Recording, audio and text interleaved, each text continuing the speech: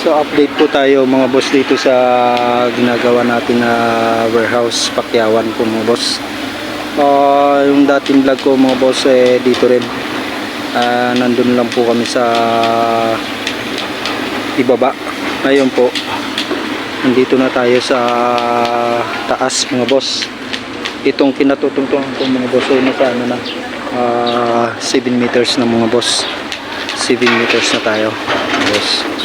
So nabuhusan na namin lahat mga boss yung yung mga kolom.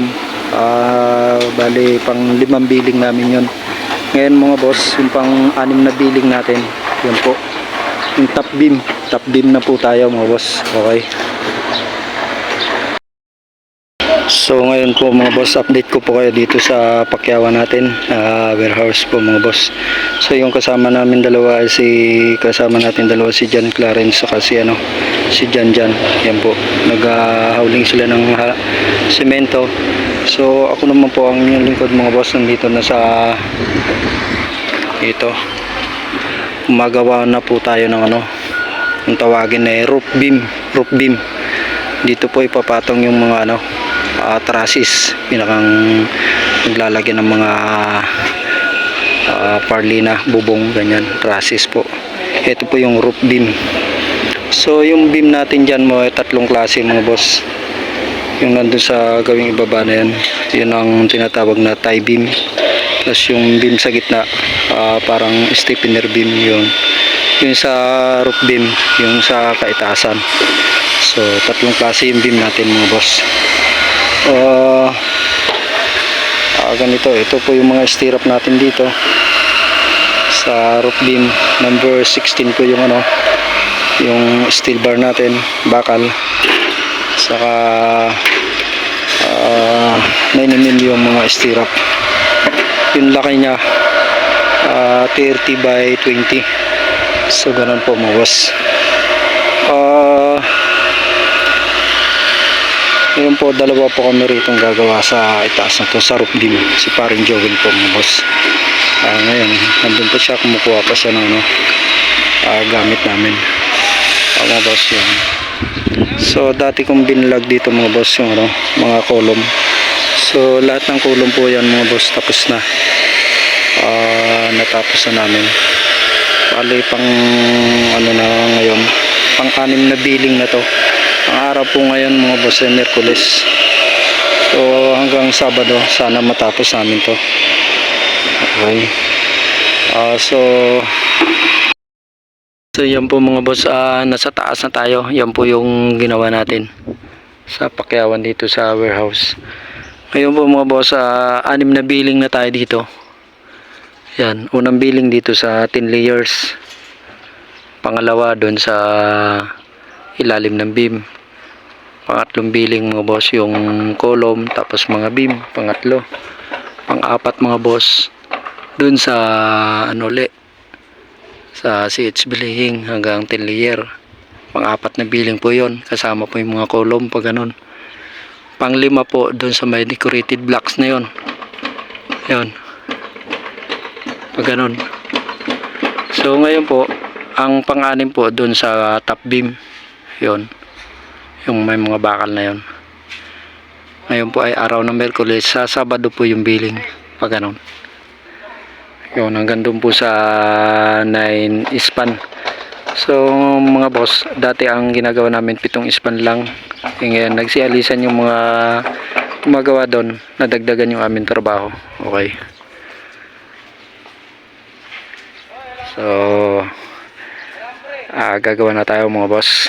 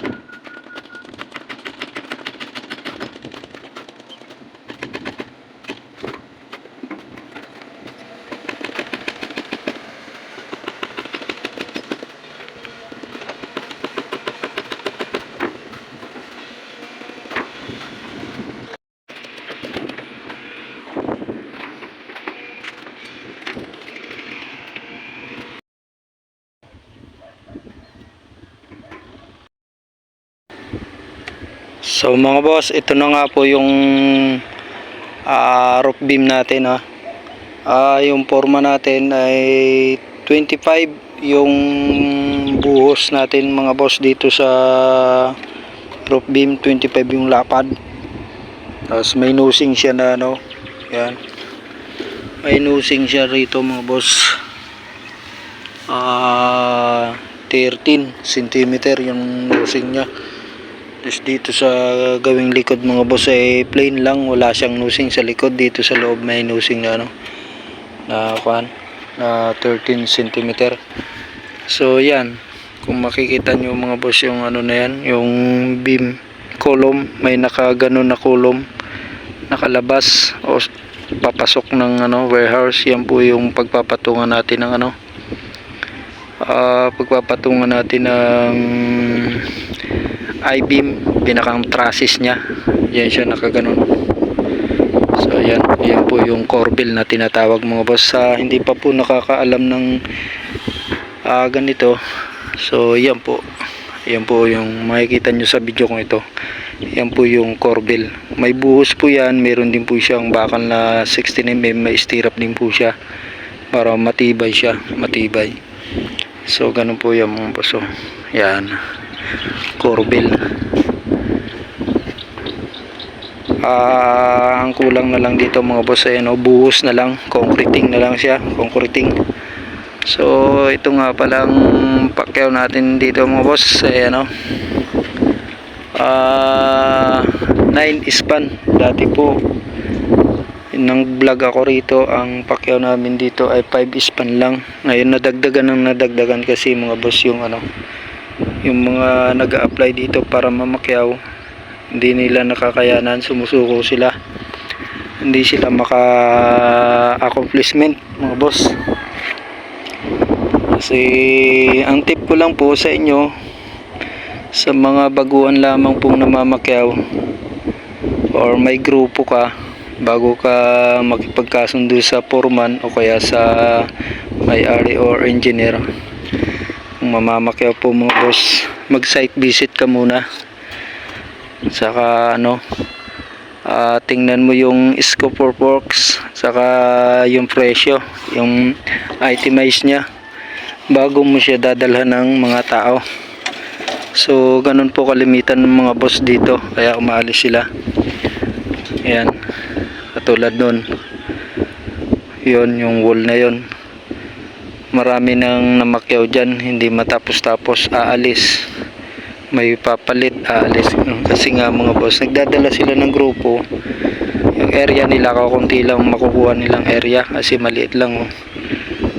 Kailangan kung mamakyaw tayo mga boss, tingnan muna natin, site visit muna tayo. Kung ang area na may bibigay sa iyo ay maliit lang, isang span lang o 1:1 lang, isang mason, isang labor, ganun lang para di malulugi mga boss.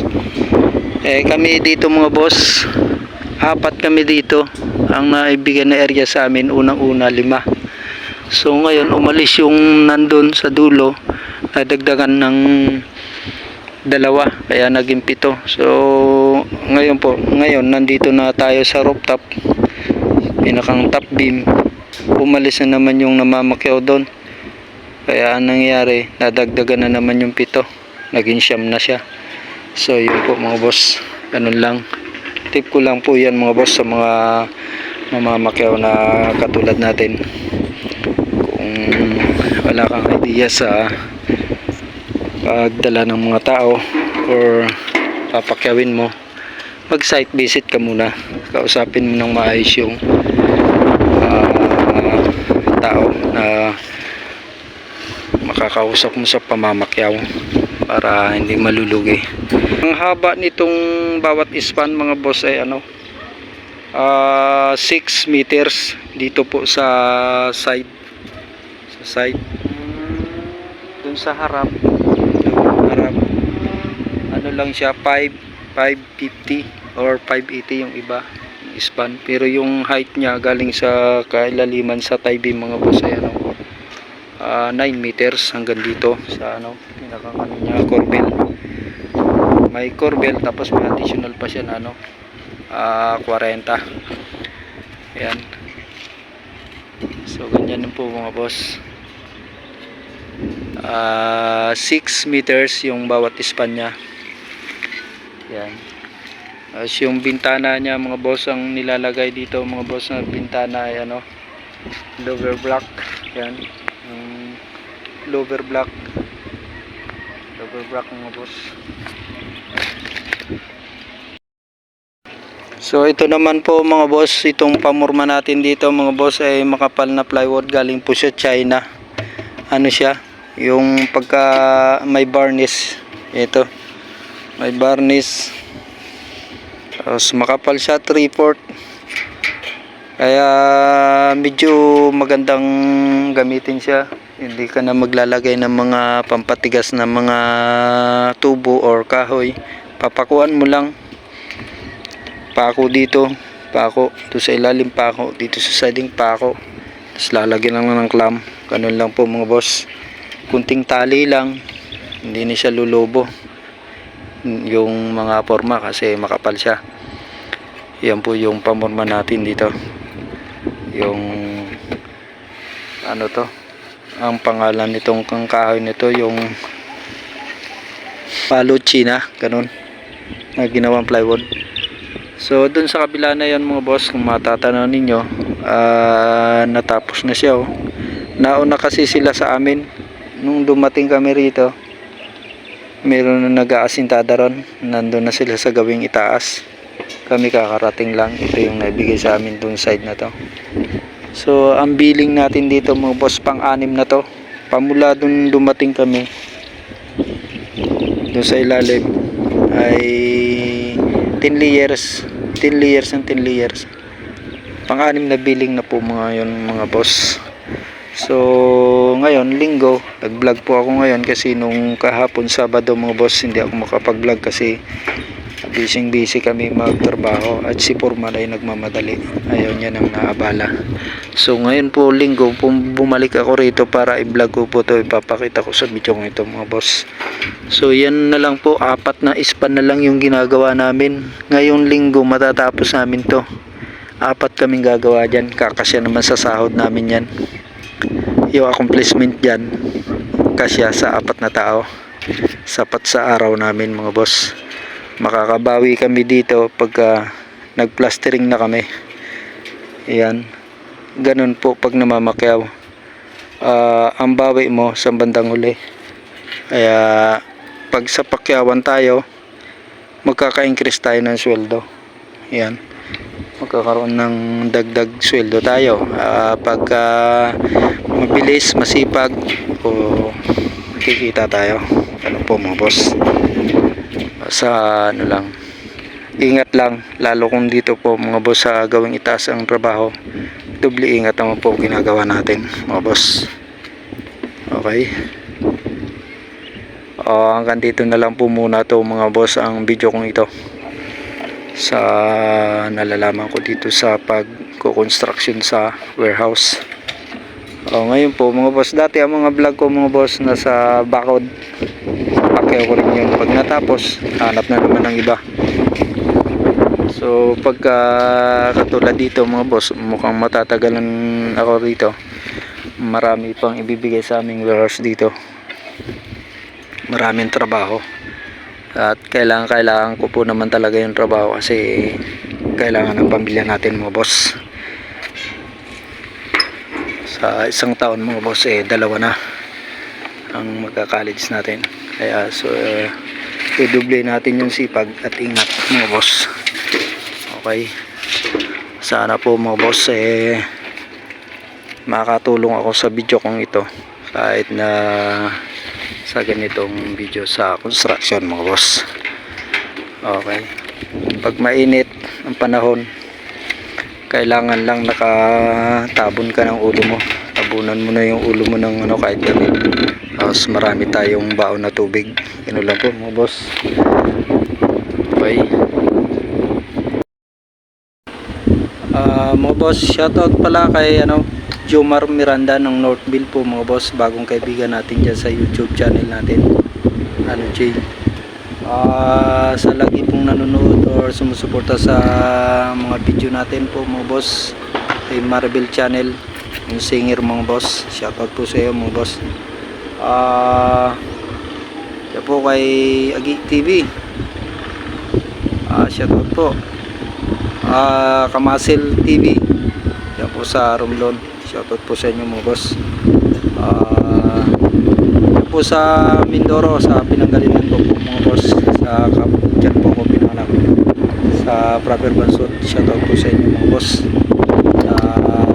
Lalo ng mga boss din sa ano natin, sa biyanan ko, kay Tatay Noel, shoutout po sa inyo mga tay, ingat po kayo. Okay, kunting patalastas lang yan mga boss, pagbati lang po. Sa ano po mga boss, shoutout din po pala kay kay Tigasin Vlog, yung mangingisda mga boss diyan sa proper Bansod, Oriental Mindoro mga boss. Shoutout po sa channel mo.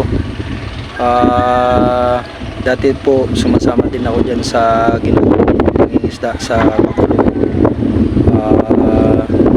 Kay Ninong Itoy, yan po, diyan po ako sumasama. Shoutout po sa Tigasin Vlog, yung nagbabakulong mga boss, at sa mga taga proper. Thank you. Ingat po kayo mga boss.